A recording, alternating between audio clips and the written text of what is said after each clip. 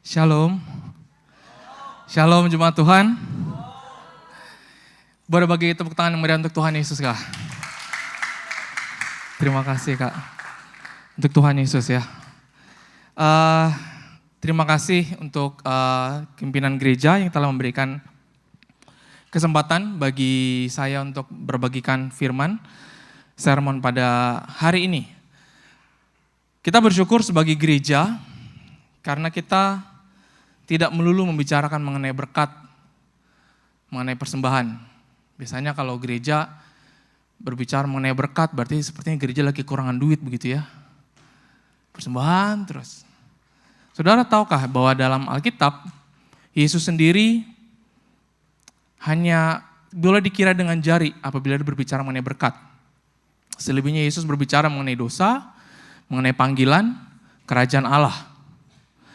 Nah kita sebagai gereja, kita harus lebih berfokus kepada panggilan kita, karya penebusan Tuhan dalam kehidupan kita. Saya percaya konsepnya apabila kita mengerjakan panggilan Tuhan dalam kehidupan kita, berkat itu akan menyusul. Amin. Tuhan bukan bilang cari berkat, tapi Tuhan bilang carilah aku. Ya, nah jadi kita sebagai gereja tidak perlu memusingkan mengenai hal-hal yang demikian, amin. Nah boleh tunjukkan slide saya di depan. Pada hari ini kita akan berbicara mengenai penggenapan karya penebusan. Yang sudah ditebus boleh katakan amin. Yang belum ditebus boleh maju ke depan. Nah,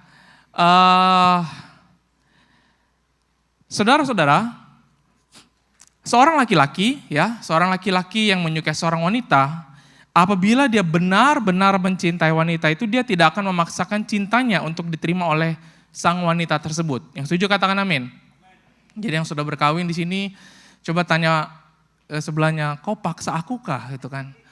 Ya, coba tengok kanan kirinya, Anda merasa dipaksakah berkawin atau tidak? Jika si pria, si laki-laki memaksa kehendaknya, cintanya untuk diterima dan harus diterima, maka si wanita itu tidak memiliki kehendak bebas untuk dia menentukan pilihannya atau keputusannya sendiri. Betul? Kalau saya memaksa, ya di sini ini dulu sebelum kami berkawin lah ceritanya. Kan kalau saya letak gambar pastor nanti copyright, ya kan? Masalah nanti saya. Jadi saya letak gambar saya lah. Saya tidak memaksa kan, walaupun saya berharap gitu ya, tapi tidak memaksa. Nah, namun karena cintanya si pria pada wanita tersebut, maka dia akan membiarkan wanita tersebut untuk menerima cintanya berdasarkan dari keputusannya sendiri, dengan waktu dan respon yang terpulang kepada wanita tersebut. Yang setuju katakan amin. Oleh karena cinta si pria kepada wanita tersebut, maka si pria bersedia menerima apapun keputusan dari si wanita tersebut. Dan kami sudah berkawin, dan saya dihadiahi 2 karunia, 2 buah hati, seperti yang digambar ini. Nah, tahukah teman-teman, saya sedang berbicara mengenai kehendak bebas. Tuhan berkehendak untuk kita berada dalam kerajaannya. Kalau pria dan wanita yang tadi merupakan makhluk yang setara, pria dan wanita adalah sama-sama ciptaan Tuhan. Kalau pria dan wanita yang setara sebagai ciptaan dapat menunjukkan cintanya dengan memberikan kebebasan untuk menerima, begitu juga dengan Tuhan. Hanya bedanya, kalau si wanita tidak menerima cinta si pria, maka artinya dia memiliki banyak pria lain sebagai pilihan dia. Betul? Bedanya tidak demikian dengan Tuhan. Dengan Tuhan Allah, pilihannya hanya 2. Sebab Tuhanlah yang menciptakan kita dan hanya Dialah yang memiliki tempat untuk hidup kekal. Jadi pilihannya hanya ada 2. Bersama dengan Tuhan atau tidak bersama dengan Tuhan. Bukan hitam atau putih, bukan. Pilihannya adalah putih atau tidak putih. Hanya itu saja. Mungkin kita sering mendengar konsepnya mengenai surga neraka. Bukan. Konsepnya adalah hanya surga atau tidak surga. Itu saja. Tidak ada yang lain. Seolah-olah kalau kita bicara surga neraka berarti ada solusi yang lain selain surga. Bukan. Hanya surga atau selain surga. Jadi Tuhan memberikan kepada kita kehendak bebas untuk menunjukkan cintanya. Justru karena ada kehendak bebaslah, maka itu ada cinta, ada kasih. Nah teman-teman, dalam Kejadian pasal yang kedua, ayat 9, lalu Tuhan Allah menumbuhkan berbagai-bagai pohon dari bumi yang menarik dan baik untuk dimakan buahnya. Dan pohon kehidupan di tengah-tengah taman itu, serta pohon pengetahuan tentang yang baik dan yang jahat. Lalu Tuhan Allah memberi perintah ini, ayat 16 ya, kepada manusia. Semua pohon dalam taman ini boleh kau makan buahnya dengan bebas. Tetapi pohon pengetahuan tentang yang baik dan yang jahat itu janganlah kau makan buahnya, sebab pada hari engkau memakannya, pastilah engkau mati. Jadi Tuhan berkata semua pohon ini boleh dimakan. Semua boleh dimakan. Hanya yang pohon pengetahuan ini tidak boleh kau makan. Artinya, pohon kekekalan tadi, yang Tuhan buat, itu pun boleh dimakan. Allah berkehendak memberi kehidupan kekal, artinya Allah berkehendak untuk memberikan kehidupan kekal bagi kita semua. Sebab Allah hanya melarang buah dari pohon pengetahuan yang baik dan jahat saja, dan membolehkan memakan yang lain.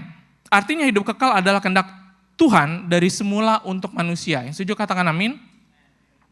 Lalu mengapa ada pohon pengetahuan yang baik dan jahat? Allah memberikan kehendak bebas bagi manusia dalam mentaati Allah. Sama seperti seorang pria tadi yang menyukai seorang wanita. Justru karena cintanya kepada wanita itu, pria tersebut tidak akan memaksakan agar cintanya diterima oleh si wanita. Namun si pria akan memberikan sinyal-sinyal, akan memberikan pemberitahuan, pernyataan cintanya kepada si wanita. Namun tetap keputusan terakhir adalah di tangan wanita tersebut untuk menerima cinta dari pria. Sama juga dengan Allah. Tujuan Allah adalah manusia untuk tetap memilih Allah. Tapi Tuhan tidak pernah memaksa kita untuk kita memilih Allah. Adakah yang pernah di sini untuk dipaksa Tuhan untuk mengikut Tuhan Yesus? Adakah di sini pernah Tuhan sampai cucuk pisau di sini, kau terima aku tak? Terima aku. Adakah? Tapi Tuhan memberikan pilihan bebas. Justru karena ada kehendak bebas, ada pilihan bebas, ada namanya kasih. Kalau tiada kehendak bebas, kalau tiada pilihan bebas, tiada namanya kasih. Kita semua menjadi robot. Karena robot adalah 1-0, 1-0, 1-0, itu saja. Dan itu diinstruksi, di command, diperintah oleh usernya. Tapi tidak demikian dengan kita. Tuhan memberikan kita kehendak bebas. Jadi kenapa ada pohon pengetahuan itu diciptakan, yang baik dan jahat? Karena Tuhan mau ciptaannya tetap memilih Allah, meskipun ada kesempatan untuk tidak memilih Allah. Dan ketika manusia jatuh ke dalam dosa, Allah terus membuat inisiasi. Bagaimana untuk membawa manusia ini kembali kepada kita. Kehendak Allah adalah untuk memberikan hidup kekal dengan tidak memberikan larangan memakan buah hidup kekal. Masalah dosa harus diselesaikan terlebih dahulu sebelum masuk ke dalam hidup kekal. Maka itu setelah pas manusia berdosa, Allah melarang, mereka sudah berdosa. Udah, kita harus pinggirkan mereka, kata Tuhan. Kalau tidak mereka makan buah dari hidup kekal dan mereka akan hidup kekal. Jadi masalah nanti. Jadi bagaimana? Kehendak Tuhan tetap untuk kita masuk dalam hidup kekal. Tapi masalah dosa ini harus diselesaikan terlebih dahulu. Amin. Dosa menjadi pemisah antara Allah dan manusia. Dia menjadi jurang yang sangat dalam yang tidak dapat diseberangi oleh apapun juga. Oleh agama, oleh perbuatan baik, oleh karakter yang kita coba kembangkan karakter kita, baik dengan persembahan anak domba, maksudnya domba-domba seperti kita persembahkan banyak-banyak, itu tidak dapat membereskan masalah dosa antara manusia dengan Allah. Dalam Kejadian pasal yang ketiga dikatakan, dan Tuhan Allah membuat pakaian dari kulit binatang, ya, untuk manusia dan untuk istrinya itu, lalu mengenakannya kepada mereka. Ayat 22 berfirmanlah Tuhan Allah, sesungguhnya manusia itu telah menjadi salah satu seperti kita, tahu tentang yang baik dan yang jahat. Maka sekarang jangan sampai ia mengulurkan tangannya dan mengambil pula buah dari pohon kehidupan itu dan memakannya, sehingga hidup untuk selama-lamanya. Lalu Tuhan Allah mengusir dia dari Taman Eden supaya ia mengusahakan tanah dari mana ia diambil. Perkataan kita menunjukkan inisiasi Allah Bapa, Putra, dan Roh Kudus untuk memulakan rancangan penebusan di mana sudah dimulai dengan mengorbankan binatang untuk menutupi manusia atas ketelanjangan dan malu oleh karena dosa. Amin. Pengorbanan pertama di Taman Eden, manusia pertama dengan istrinya mencoba menutupi diri mereka dengan daun. Itu dikatakan dalam Alkitab kan? Mereka mengambil dari daun-daun lalu tutup diri mereka. Tapi Tuhan Allah datang mencari, Adam, kamu di mana? Adam takut, aku telanjang Tuhan. Tahu dari mana kau telanjang? Oh, udah makan buah nih katanya. Buah durian, bukan. Buah yang baik dan jahat. Seperti itu. Dan Tuhan ambil seekor binatang, membunuhnya, artinya darah tertumpah, untuk menutupi kemaluan dan ketelanjangan manusia. Ketika mereka berpakaian, mereka tidak malu lagi datang kepada Tuhan, dan baru Tuhan hakimi mereka. Artinya pengorbanan binatang ini melayakkan manusia untuk datang kepada Tuhan.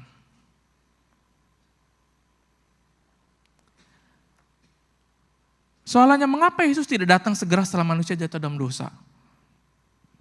Misalkan hari ini Adam makan buah, kenapa Yesus tidak datang besoknya? Kenapa harus menunggu ribuan tahun? Kenapa Yesus tidak datang langsung besok sebelum Kain membunuh Habel? Kenapa Tuhan tidak terus datang? Pernah terpikirkah? Tuhan kok kurang kerjaan betulkah Tuhan? Tunggu sampai ribuan tahun Tuhan. Sampai manusia membunuh baru kau datang. Saudara, Tuhan Yesus sudah menjawabnya. Dalam Lukas pasal yang ke-20, lalu Yesus menceritakan perumpamaan ini kepada orang banyak. Ada seseorang menanami sebuah kebun anggur, lalu menyewakannya kepada beberapa petani dan pergi ke negeri yang jauh untuk waktu yang lama. Ketika musim panen tiba, ia menyuruh seorang pelayannya pergi kepada petani-petani itu supaya mereka memberikan kepadanya sebagian dari hasil kebun anggur itu. Investor, dia minta hasilnya balik, betul ya? Dia owner, dia pemiliknya. Akan tetapi para petani itu memukuli pelayan tersebut dan mengusirnya pergi dengan tangan hampa. Dan dia pun mengirim pelayan yang lain, tetapi petani-petani itu juga memukul pelayan tersebut dan memperlakukannya dengan hina, lalu mengusirnya pergi dengan tangan hampa. Lalu pemilik kebun anggur itu mengutus pelayan yang ketiga kepada para petani itu, tetapi petani-petani itu juga melukai pelayan yang satu ini dan mengusirnya keluar. Pemilik kebun itu pun berkata, apa yang harus kau lakukan? Oke, aku akan mengirim anakku yang kukasihi. Mungkin mereka akan menghormatinya. Ketika para petani itu melihat anak pemilik kebun, mereka berunding satu sama lain. Ia adalah ahli waris, pemilik kebun. Oke, jom kita bunuh dia supaya warisannya menjadi milik kita. Tanah anggur ini coy.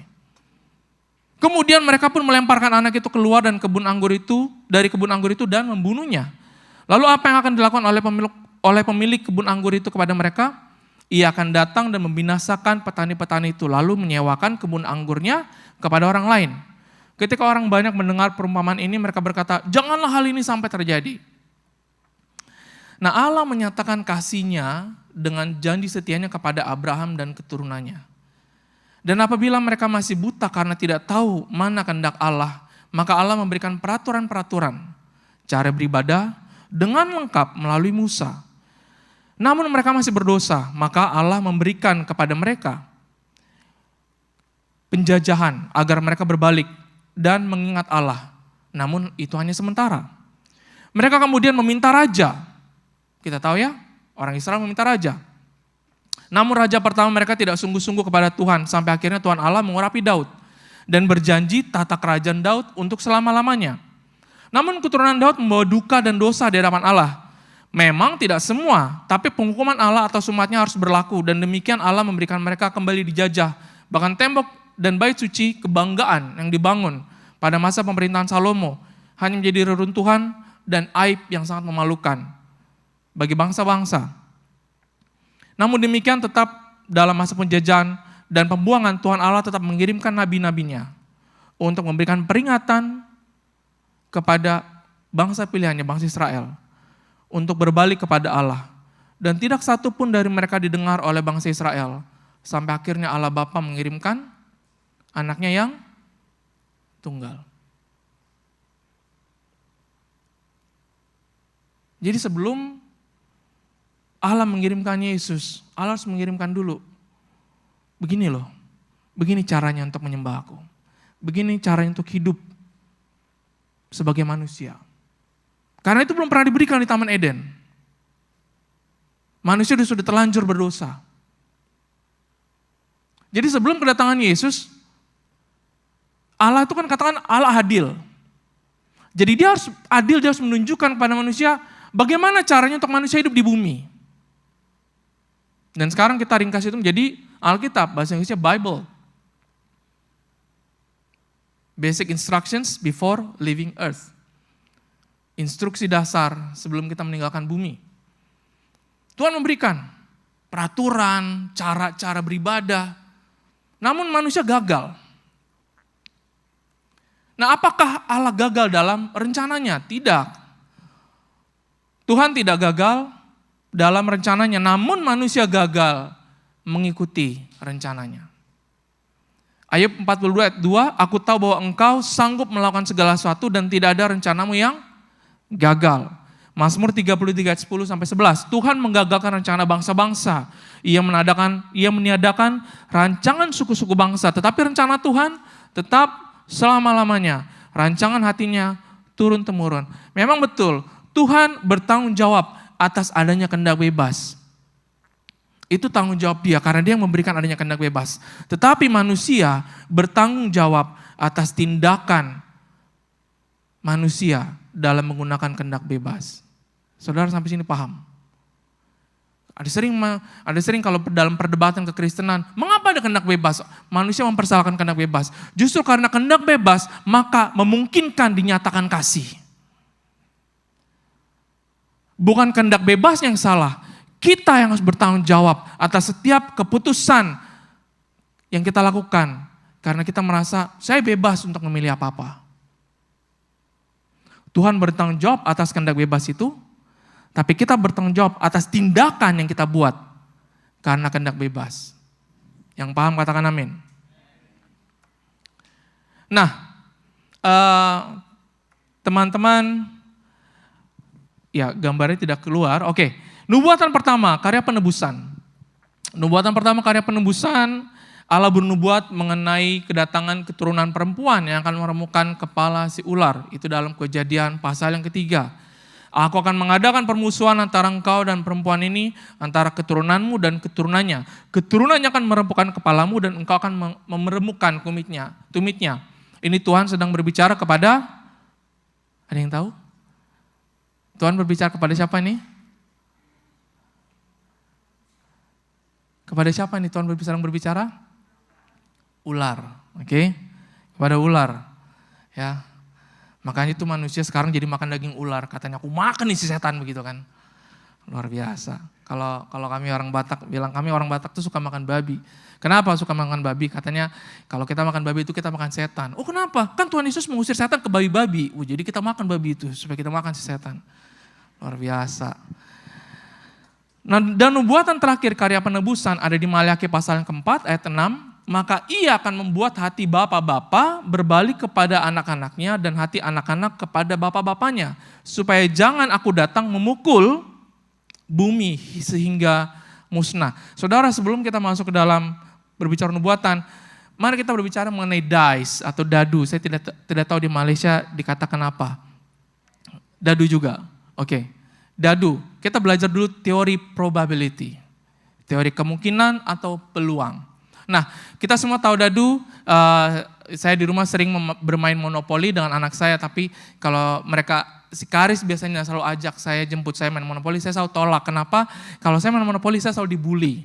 Mereka biasanya team up itu, Yuyu, Karis dengan Yesha. Jadi mereka sudah dapat semua kompleks setelah saya jadi pengemis. Gitu.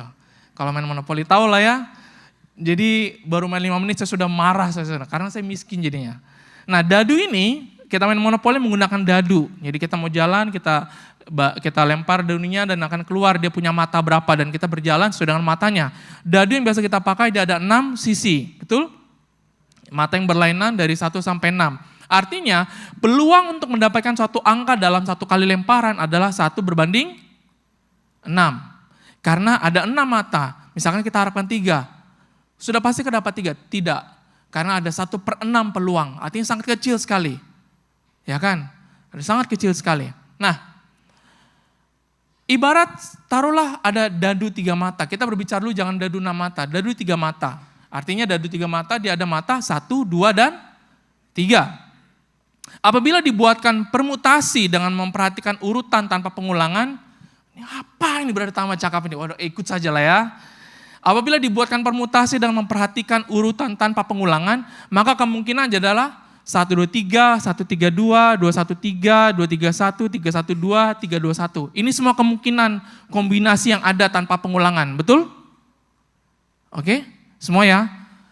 Kalau 111 itu tidak termasuk karena bukan itu kita harapkan. Jadi tidak boleh ada pengulangan. Oke, jadi kalau dadu 3 mata ada 6. Nah, formula untuk ini atau rumusnya adalah power of n dibagi n minus r power. Oke, itu permutasi. Jadi ada 6 kemungkinan permutasi dan ada 3 mata.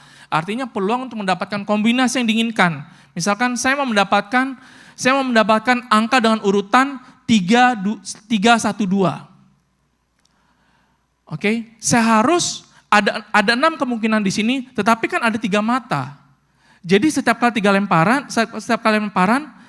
kemungkinan ini pun saya bagi lagi dengan 3, karena ada 3 mata. Jadi kemungkinan untuk dapatkan 3, 1, 2 secara berurutan, secara ngam, 3 saya dapat 3, lalu dapat 1, dapat 2. Kemungkinan untuk itu terjadi itu adalah 1 berbanding 18.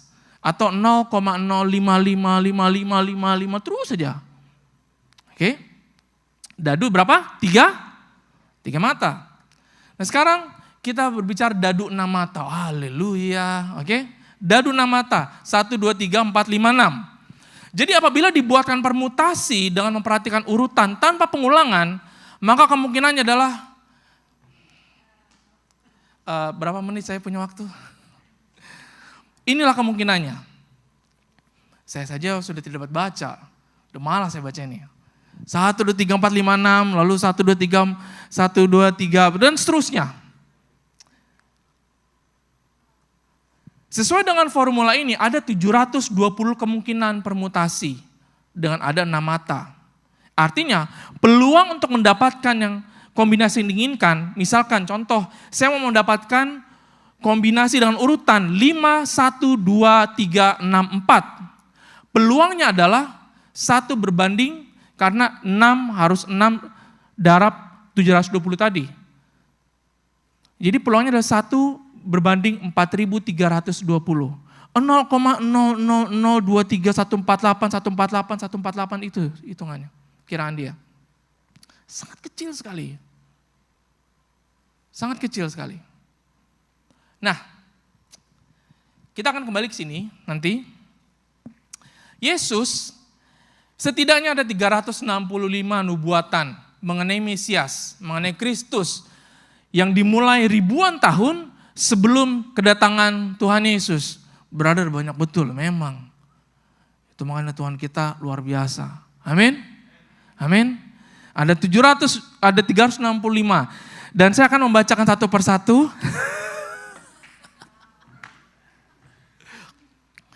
Oke, menangis membaca ini satu persatu. Ya, nanti saya boleh bagi referensinya nanti dalam slide reader. Tapi ada 365, jadi satu hari teman-teman boleh membaca satu nubuatan.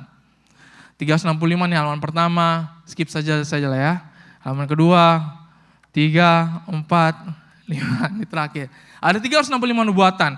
Mulai daripada yang tadi Allah menubuatkan keturunan perempuan itu akan merebutkan kepala si ular, dan ular itu akan memagut tumit keturunan dari perempuan itu. Mulai dari situ sampai kepada Malyaki 4 ayat yang ke-6, bahwa ia akan membalikan hati bapak-bapak kepada anaknya. Ada 365 nubuatan. Nah jadi teman-teman, kita lihat kepada 365 nubuatan ini berbicara dan harus dalam susunan yang tepat. Karena Yesus sebelum dia lahir sudah dinubuatkan, kemudian masa dia lahir, selepas dia kelahiran, bagaimana dia memulai pelayanan, di tengah-tengah pelayanan, mengakhiri hidup, dan selepas kebangkitan, itu semua sudah dinubuatkan. Jadi 365 nubuatan ini berbicara mengenai siapakah dia, namanya, pribadinya, sejak bila dia ada, dari mana dia datang. Sebelum, saat, dan selepas kelahirannya, sebelum pelayanannya, bagaimana dia memulai pelayanannya, bagaimana dia akan menebus dosa manusia, apa yang dia katakan, apa yang dia lakukan, bagaimana sebelum dan sesudah kematiannya nih. Semuanya ini memerlukan presisi, ketepatan dalam hal masa, waktu, tempat atau lokasi, tindakan aksi manusia beserta respon orang-orang di sekitar yang terlibat itu, lalu orang-orang terlibat dan tindakan atau aksi dari Yesus sendiri dan peran Allah Bapa. Artinya apa? Sangat susah sekali terjadi. Ada 365 ini, dan ini tidak boleh mengacak. Apa maksud saya? Tidak mungkin nubuatan itu terjadi, Yesus sudah berkata, sudah selesai. Lepas itu baru terjadi, maka terjadilah Yesus dibaptis. Kan tidak mungkin, tidak berurut. Jadi artinya 365 ini, nubuatan ini harus terjadi secara berurutan. Mengikuti kehidupan Yesus. Tidak mungkin Yesus disalib dulu, baru nubuatan mengenai Yesus mengadakan mukjizat menyembuhkan orang, baru terjadi. Tidak mungkin. Saudara paham di sini? Urutannya harus terjadi. Seperti tadi, kombinasi tadi. Jadi artinya, sesuai dengan formula ini, jika ada 365 nubuatan,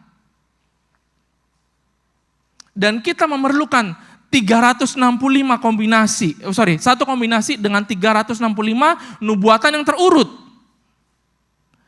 Maka kemungkinan permutasinya, saudara siap? Mau tahu angkanya?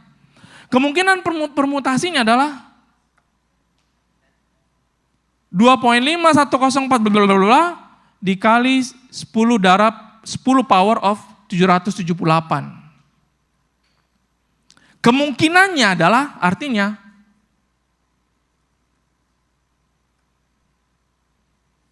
ini. Saya tidak tahu macam mana cara bacanya.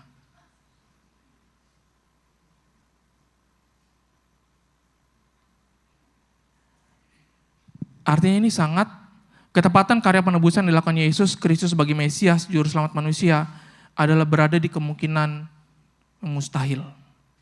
Sudah tidak tahu lagi apa sih lebih daripada mustahil? Tidak tahu. Tidak mungkin terjadi.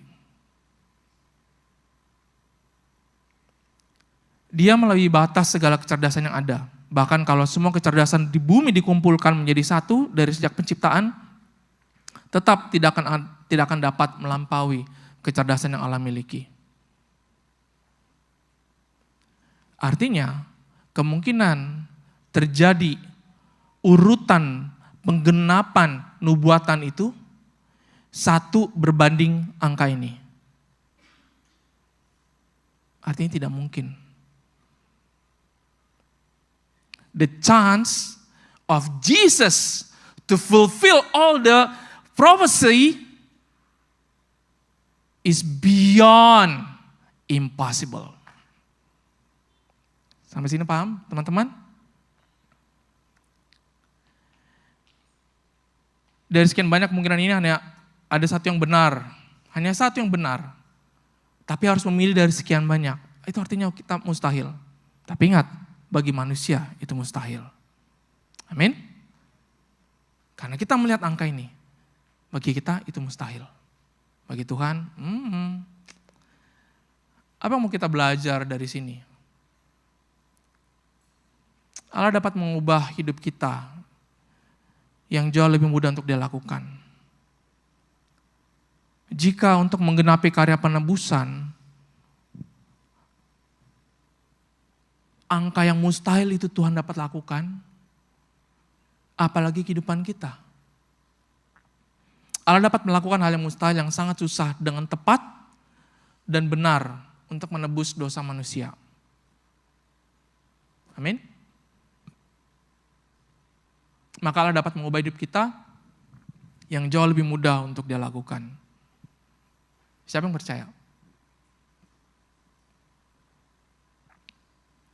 Permasalahannya bukan Allahnya yang tidak bekerja. Kitanya yang mengeraskan hati untuk berubah. Kitanya yang tidak mau untuk diubahkan. Kita yang meragukan kuasa Tuhan. 2 Korintus 5:17, jadi siapa yang ada dalam Kristus, ia adalah ciptaan baru. Yang lama sudah berlalu, sesungguhnya yang baru sudah datang. Saya terpikir, Tuhan sangat susah sekali untuk memahami rencana Tuhan dalam kehidupan saya.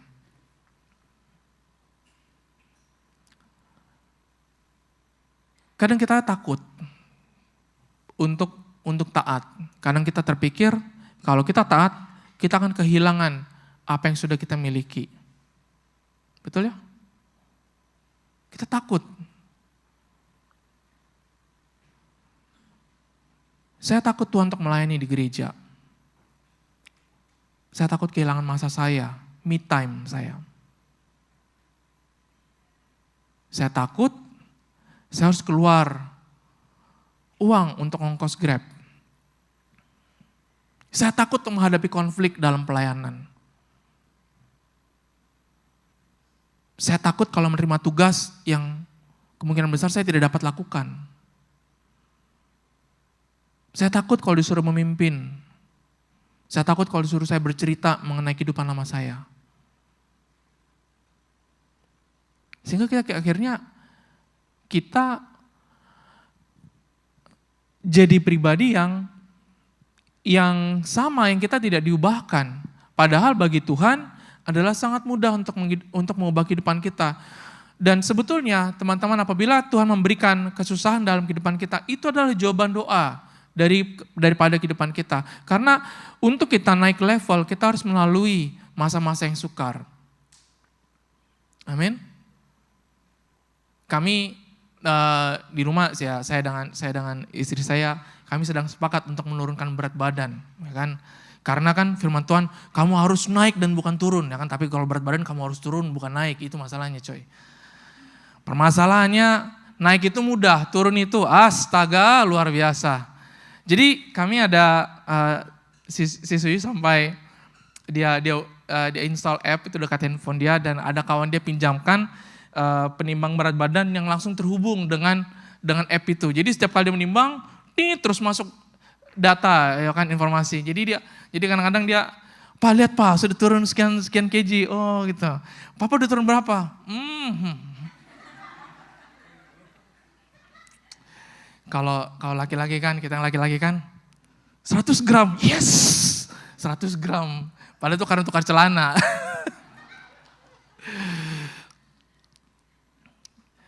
Tapi saya tidak ubah, kalau saya tidak ubah kehidupan, kalau saya tidak merubah cara pola makan saya tidak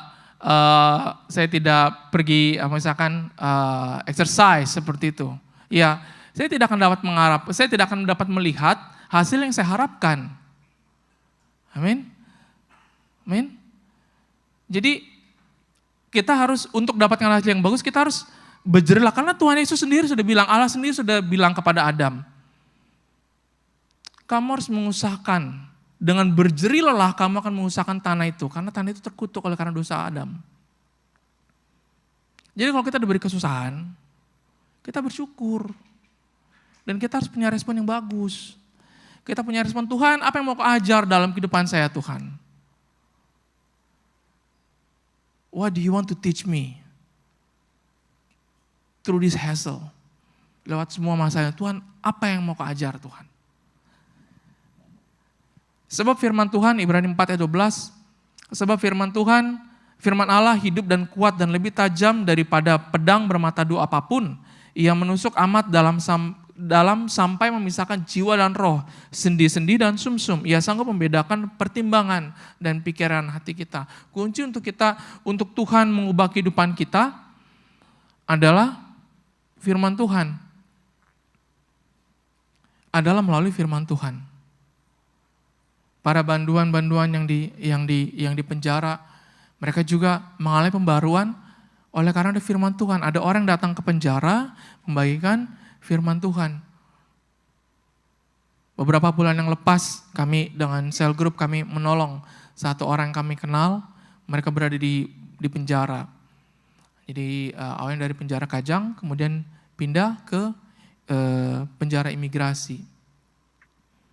Dia masa saya datang berkunjung pertama kali, saya dengan istri kami datang, dia tidak tahu saya datang. Jadi ruangan itu betul-betul memang seperti di film-film yang kaca berbicara melalui telepon begitu ya, halo gitu. Dan rupanya ada time limit.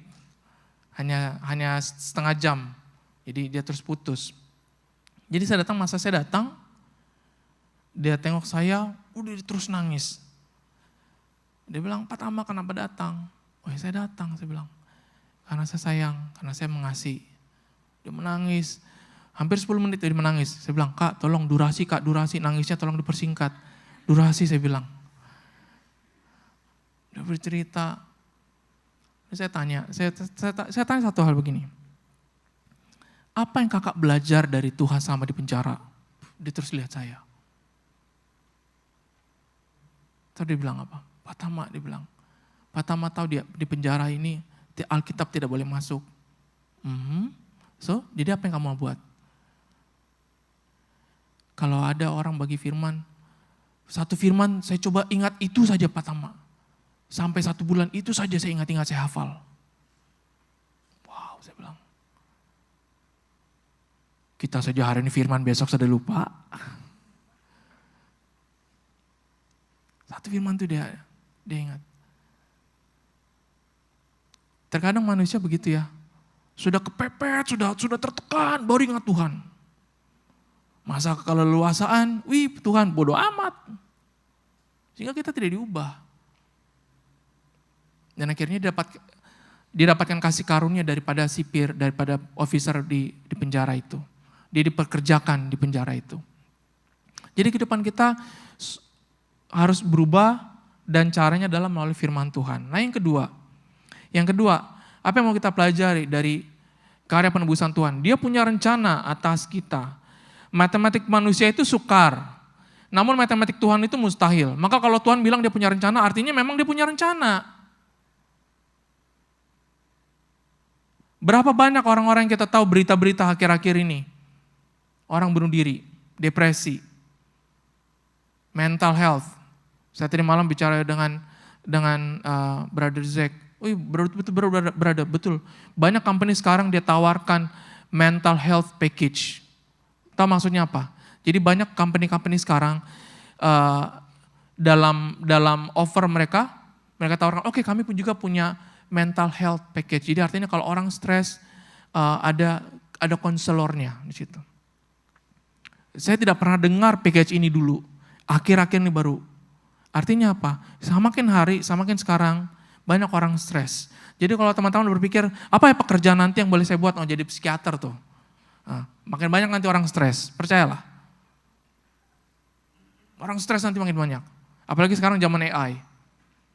Akan ada banyak pekerjaan yang akan digantikan oleh AI. Saya seorang IT, jadi saya boleh melihat, oh ini mengarah kemana, saya boleh melihat. Jadi kalau kita tidak siap, kita tidak punya tekad mental baja, percaya Tuhan punya rencana dalam kehidupan kita akan habis oleh zaman ini. Firman Tuhan sudah bilang, menjelang kedatangan Tuhan, orang akan memikirkan dirinya sendiri, tidak ada kasih satu sama lain. Orang tidak peduli akan kebenaran Allah. Firman Tuhan sudah bilang seperti itu. Kalau kita tidak siap, kita akan habis. Caranya bagaimana? Oh cari Tuhan. Tanya Tuhan apa rencanamu dalam kehidupan saya? Yeremia 29 ayat 11, sebab aku mengetahui rencana-rencana yang aku miliki bagi kamu, firman Tuhan, rencana-rencana untuk kesejahteraan dan bukan untuk kemalanganmu, untuk memberimu masa depan dan harapan. Tuhan punya rencana dalam kehidupan kita. Yang setuju katakan amin. Tuhan punya rencana. Oh, rencana seperti apa berarti? Saya tidak tahu. Ask God. Don't ask me. Do not ask your CG leader. Ask God. Read your Bible. Mau diberkati, berdoa Tuhan minta berkat, tapi tidak pernah taat firman Tuhan. Macam mana mendatang berkat? Itu makanya banyak orang Kristen stagnan. Hanya di situ saja. Suka datang, suka dengar khotbah kalau berbicaranya berkat, toksik. Tahu khotbah yang toksik? Hari ini berkat, besok berkat. Itu toksik. Bahkan Tuhan Yesus sendiri bukan fokus soal berkat. Tuhan Yesus sendiri bahkan berfokus, jangan berbuat dosa lagi. Pergi. Waktu perempuan yang berbuat zina itu, memang apa yang Tuhan Yesus buat? Oh, diberkatilah engkau anakku. Bukan. Dosamu sudah diampuni, pergilah, jangan berbuat dosa lagi. That's it. Pengampunan dosa. Nah, kalau kita ubah mindset kita sebagai orang Kristen, untuk tanya Tuhan, Tuhan apa rencanamu dalam kehidupan saya? 1 tahun ke depan, 2 tahun ke depan, 3 tahun ke depan. Apa rencanamu Tuhan untuk kehidupan saya? Bahkan Tuhan sendiri punya rencana untuk Yesus, bahkan persiapan Yesus selama ribuan tahun. Terlebih lagi kita. Kehidupan kita tidak sekompleks tentang nubuatan Yesus. Maka itu Tuhan kalau bilang, saya punya rencana atas kamu, dia benar-benar, he really mean it. Dia punya rencana atas kehidupan Anda dan saya. Yang setuju katakan amin. Roma 8 ayat 28, kita tahu sekarang bahwa Allah turut bekerja dalam segala sesuatu untuk mendatangkan kebaikan bagi mereka yang mengasihi Dia, yaitu bagi mereka yang terpanggil sesuai dengan rencana Allah. Nah, ini jangan dipotong ayatnya ini. Oh, Allah turut bekerja dalam segala sesuatu untuk mendatangkan kebaikan. Oh iya, belakangnya, bagi mereka yang mengasihi Dia. Bagi mereka yang mengasihi Dia. Jangan kita potong, kita hanya mau berkat. We have to do our part. Love Him. Kasih Tuhan. Amin. Dan yang terakhir, Yesus berkata, sudah selesai. Teleo. Sudah selesai kata Yesus. Jangan berbuat dosa lagi. Saya jemput kita semua, mari kita bekerja. Mari kita melayani, mari kita hidup, mari kita memuridkan, mari kita berkarya, mari kita berumah tangga, mari kita bersekolah, mari kita berbisnis, berdiri dalam kebenaran untuk Tuhan. Yang setuju katakan amin. Jangan kita menjadi orang Kristen di gereja, haleluya, haleluya, masa bisnis, hale dompet nih, ini uang nih, tolong bisnis saya Pak. Banyak orang Kristen seperti itu. Saya tahu, ada yang saya kenal juga. Di gereja paling depan duduk. Kalau bicara mengenai berkat, angkat tangan, menit berkat, belum selesai pendeta berkhotbah sudah angkat tangan. Tapi berbisnis, setan bilang begini, ih jahat dari saya itu nih. Kok boleh ya jahat daripada saya? Kalau berbisnis dia sikut kanan, sikut kiri. Rasuah kanan kiri, dia bayar orang semua. Double standard. Tuhan Yesus bilang sudah selesai, jangan berbuat dosa lagi. Waktu dia di kayu salib sudah selesai. Jangan kita sia-siakan pengorbanan Yesus. Jangan kita anggap pengorbanan Yesus kita lupakan. Saudara, kita dapat bekerja, kita dapat melayani, hidup, memuridkan, berkarya, berumah tangga, bersekolah, berbisnis, sambil kita berdiri dalam kebenaran. Susah memang susah. Memungkinkan. Susah. Memungkinkan. Kita akan jatuh, iya. Tapi harus bangkit. Sebab kamu telah dibeli dan harganya telah lunas. Karena itu muliakan Allah dengan tubuhmu. Amin. Yang punya relationship, yang berpacaran. Tetap dalam Tuhan lah. Dalam terang berpacaran, jangan gelap-gelap, bahaya. Yang punya bisnis, dalam Tuhan. Oh, kalau tidak boleh bayar kanan kiri, susahlah berbisnis sekarang. Tanya Tuhan. Bagaimana Tuhan caranya saya survive dalam bisnis sekarang? Tapi saya sambil berdiri dalam kebenaran firman Tuhan. Kita semua perlu untuk buat ini. Harus. Kalau kita tidak ada bedanya dengan orang-orang yang tidak takut Tuhan. Dan kalau kita tidak berubah, untuk apa kita datang beribadah kepada Tuhan? Apakah kita mau menggenapi apa yang Tuhan Yesus katakan? Bangsa ini memuliakan aku dengan mulutnya, tapi hatinya jauh daripada aku. Oh, tergenapilah dalam kehidupan saya Tuhan. Ih, mengerikan. Ya kan? Jangan kita genapi firman Tuhan itu. Tapi kita genapi firman Tuhan yang ini. Kita dibeli, harganya terlalu lunas. Mari kita muliakan Allah dengan tubuh kita. Amin. Dengan perkataan kita. Dengan tindakan kita. Mari kita permuliakan Tuhan. Yang masih punya kebiasaan dosa, berhentilah. Perubahan adalah perubahan. Itu saja. Perubahan bukan perubahan sampai dia terjadi perubahan. Teman-teman kita tidak pernah nonton Power Ranger. Power Ranger berubah seperti hanya pakai helmetnya saja, di bawahnya masih pakai baju renang.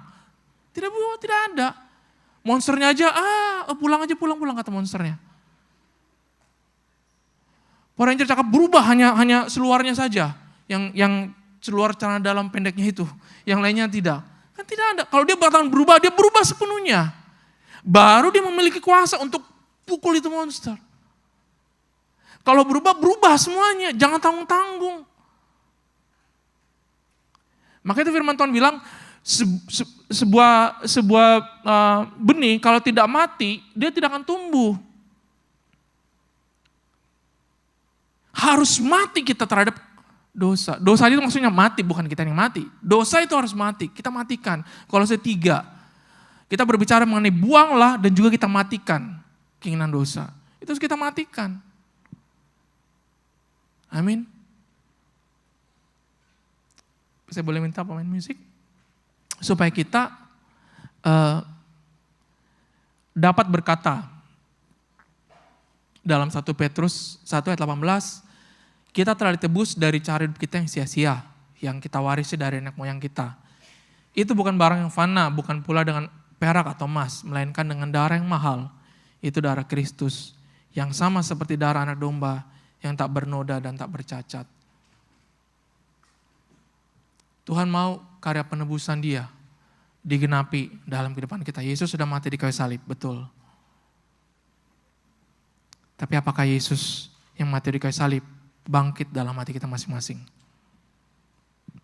Itu yang persoalan yang terbesar.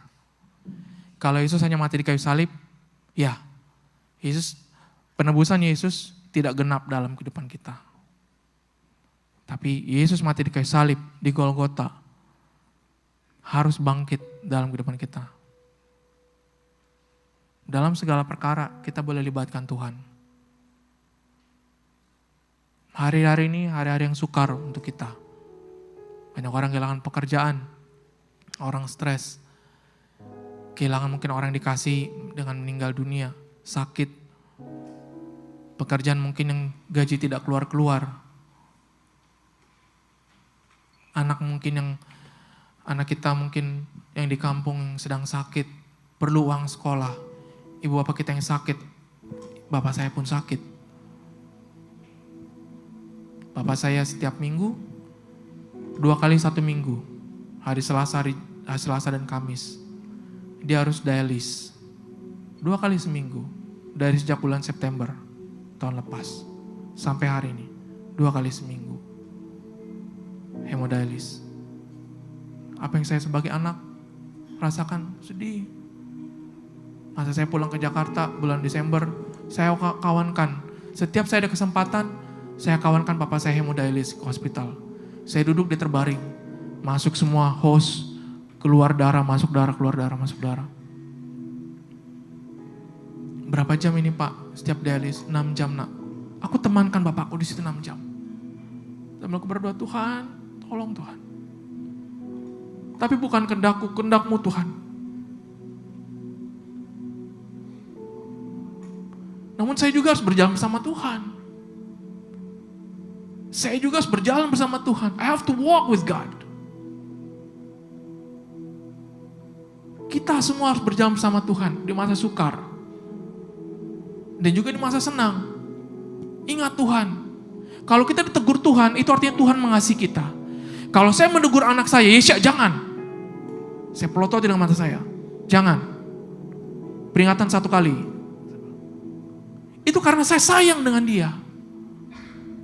Kalau Tuhan bilang kepada teman-teman semua, jangan. Itu karena Tuhan sayang. Kalau Tuhan tegur dengan masalah, itu karena Tuhan sayang. Kalau Tuhan tidak peduli, habis kita sudah. Justru karena adanya kasih, maka Tuhan izinkan masa susah, supaya dia dapat tunjukkan kasih-Nya kepada kehidupan kita. Amin. Amin. Mari kita datang kepada Tuhan. Terima kasih Yesus. Mari kita sama-sama naikkan lagu ini.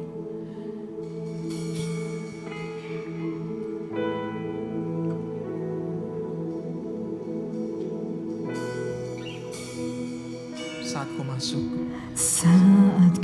masuk ke hadirat-Mu, bawa persembahan ke tempat kudus-Mu. Pujian ku naikkan, sembah ku berikan bagi-Mu Allah yang mulia. Kau layakkan kami Tuhan. Kau layakkanku menghampiri-Mu, melihat tata kemuliaan-Mu Tuhan. Pujian ku naikkan, sembah ku berikan bagi-Mu Allah yang mulia. Oleh kuasa darah-Mu, Kau telah tebus dosaku. Kekudusan-Mu melingkupiku. Kasih-Mu mengalir, memulihkan hidupku. Sungguh besar anugerah-Mu, Kau selamatkan hidupku. Ku menjadi ciptaan yang baru oleh kuasa darah-Mu. Mari teman-teman kita bangkit berdiri sama-sama. Kita katakan sekali lagi. Saat ku masuk ke hadirat-Mu, bawa persembahan ke tempat kudus-Mu. Pujian ku naikkan, sembah ku berikan bagi-Mu, bagi-Mu Allah yang mulia. Kau layakkanku menghampiri-Mu, melihat tata kemuliaan-Mu Tuhan. Pujian ku naikkan, sembah ku berikan bagi-Mu Allah yang mulia. Oleh kuasa darah-Mu, Kau telah tebus dosaku. Kekudusan-Mu melingkupiku. Kasih-Mu mengalir, memulihkan hidupku. Sungguh besar anugerah-Mu, Kau selamatkan hidupku. Ku menjadi ciptaan yang baru oleh kuasa darah-Mu.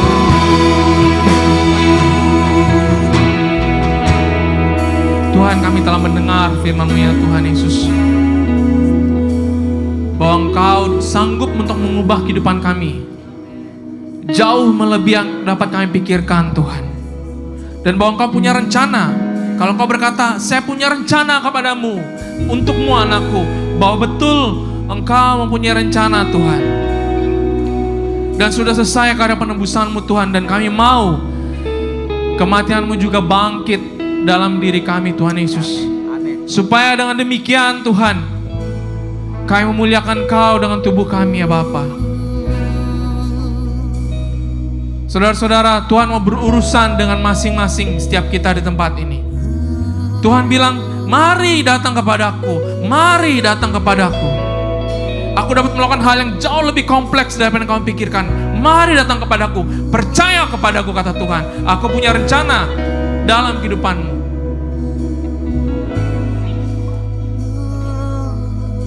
Datang kepada Tuhan, saudaraku.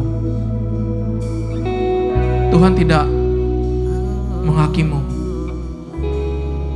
selagi kita masih hidup di bumi ini. Selalu ada kasih karunia. Kalau kita ditegur pada hari ini, karena Tuhan baik. Pada saat yang hari ini, kalau engkau memiliki keraguan dalam hatimu, keraguan atas rencana Tuhan, engkau takut, tapi pada hari ini engkau ditegur untuk kembali, mari percaya kepada Tuhan. Kalau hari ini kau mau untuk menerima Dia dalam hatimu dengan rendah hati, bolehkah kamu mengangkat tangan kananmu? Dan kita mau berdoa untuk kamu. Siapapun kamu, dimanapun kamu berada.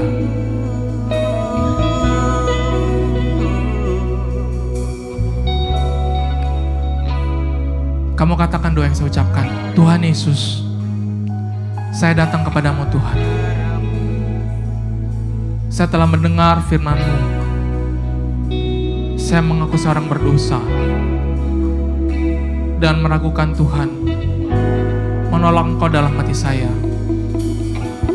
Pada hari ini ya Tuhan, saya mau Tuhan membuka hati saya untuk Tuhan Yesus Kristus. Saya percaya Engkau adalah anak Allah. Engkau turun ke bumi Tuhan. Engkau mati di kayu salib dan Engkau bangkit. Saya percaya Tuhan Yesus ada di surga. Saat ini saya buka hati saya, mempersilakan Tuhan Yesus masuk dalam hati saya. Jadilah juru selamat, jadilah kapten dalam hidup saya, jadilah pemimpin dalam hidup saya. Peganglah tangan saya Tuhan mulai hari ini. Dalam masa yang senang, dalam masa sukar, saya berjanji, mulai hari ini, saya mau hidup untuk muliakan Tuhan. Yang kedua, saya mau berdoa teman-teman, kalau pada hari ini, engkau mau komitmen kembali, engkau ditegur dan engkau mau komitmen kembali, saya mau Tuhan, pakai hidup saya Tuhan. Saya mau hidup saya diubahkan, saya mau belajar untuk percaya rencana Tuhan. Saya mau memuliakan Tuhan dalam kehidupan saya, pakai saya Tuhan. Kalau engkau dipanggil Tuhan, ya engkau dipanggil Tuhan. Saat ini engkau dipanggil Tuhan. Mari, kata Tuhan, layani aku. Kalau engkau mau didoakan, dengan kerendahan hati saya boleh minta, maju engkau ke depan dan kita akan berdoa bersama-sama untuk kamu. Sambil kita nyanyikan lagu ini sekali lagi. Kalau ada yang mau didoakan, teman-teman boleh maju ke depan. Engkau maju ke depan dan kita sama-sama berdoa.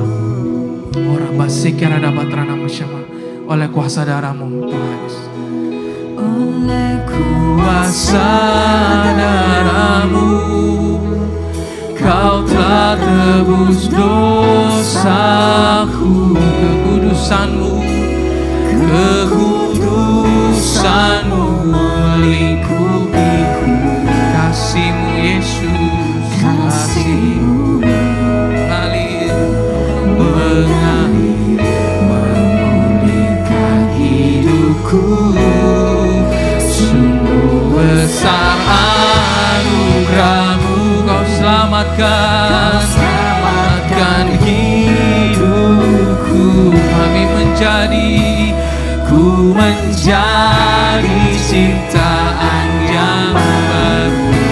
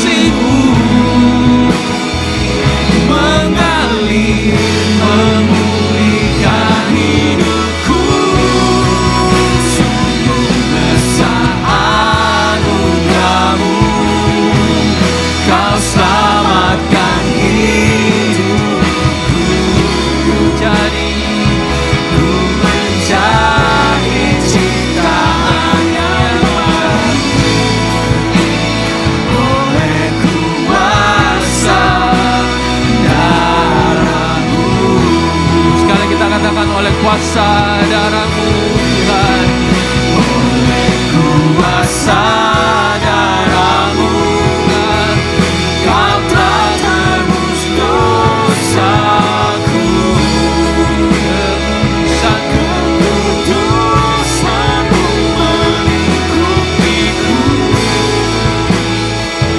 kasih-Mu mengalir memulihkan hidupku. Sungguh besar anugerah-Mu, Kau selamatkan hidupku. Ku menjadi ciptaan yang baru oleh kuasa darah-Mu.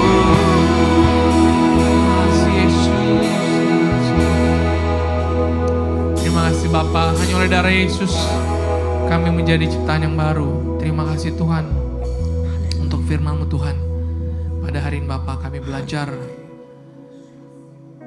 bahwa karya penebusan itu kompleks Tuhan. Sangat mustahil bagi manusia, tapi tidak bagi Engkau. Dan Engkau telah melakukannya Tuhan. Engkau telah melakukan hal yang mustahil.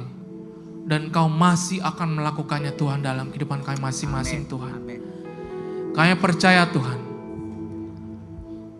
akan ada kemenangan demi kemenangan dalam kehidupan kami. Dan apabila kami jatuh, kami percaya Roh Kudus akan menolong kami untuk bangkit kembali. Bahkan Roh Kudus akan menegur kami apabila kami melakukan sesuatu yang mendukakan hati Tuhan. Ajar kami juga untuk mencintai firman-Mu lebih daripada apapun Tuhan. Karena Alkitab adalah Tuhan yang dapat kami pegang, Tuhan yang dapat kami lihat. Ajar kami Tuhan untuk taat tanpa kompromi Tuhan. Ajar kami untuk tidak takut ketika kami berjalan dalam ketaatan. Susah, mungkin kami ragu-ragu Tuhan, tapi ajar kami dari langkah-langkah yang kecil Tuhan, untuk tidak takut untuk melangkah ke depannya Tuhan Yesus. Tuhan, kami mau melayani, kami mau hidup Tuhan Yesus, kami mau berumah tangga, kami mau bekerja, kami mau bersekolah, kami mau berbisnis, kami mau memuridkan, kami mau full time Tuhan. Semuanya sambil berdiri dalam kebenaran, dalam firman-Mu Tuhan.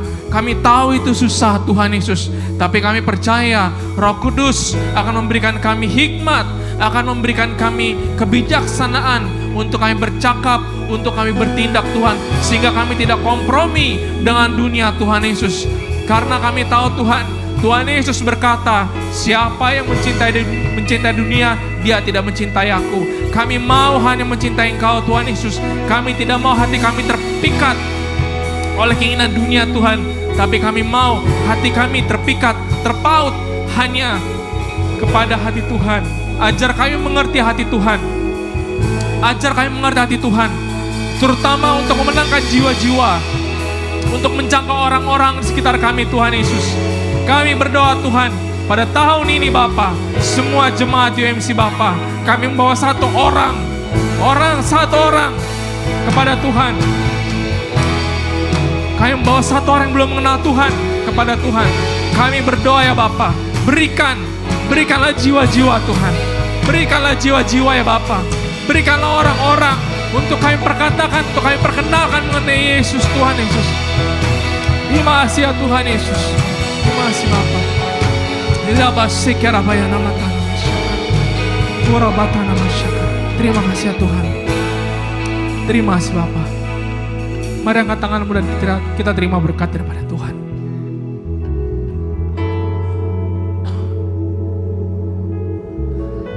Terpujilah Engkau Tuhan semesta alam.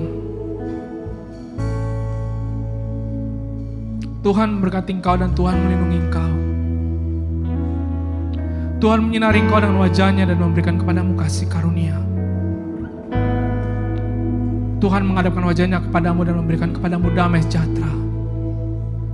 Tuhan Yesus berkata, damai sejahtera ku berikan kepadamu. Damai sejahtera ku berikan kepadamu. Biarlah kehidupan kita dipenuhi dengan damai sejahtera, sehingga kita menjadi kemuliaan bagi nama Tuhan di tengah pekerjaan, di tengah keluarga, di dengan teman-temanmu, dengan kelik-kelikmu, dengan siapapun yang kamu jumpai. Engkau menjadi terang, engkau menjadi garam, supaya orang melihat ada Tuhan Yesus dalam kehidupanmu. Terimalah berkat ini dalam nama Bapa dan Putra dan Roh Kudus. Mari semua jemaat Tuhan yang percaya kita katakan,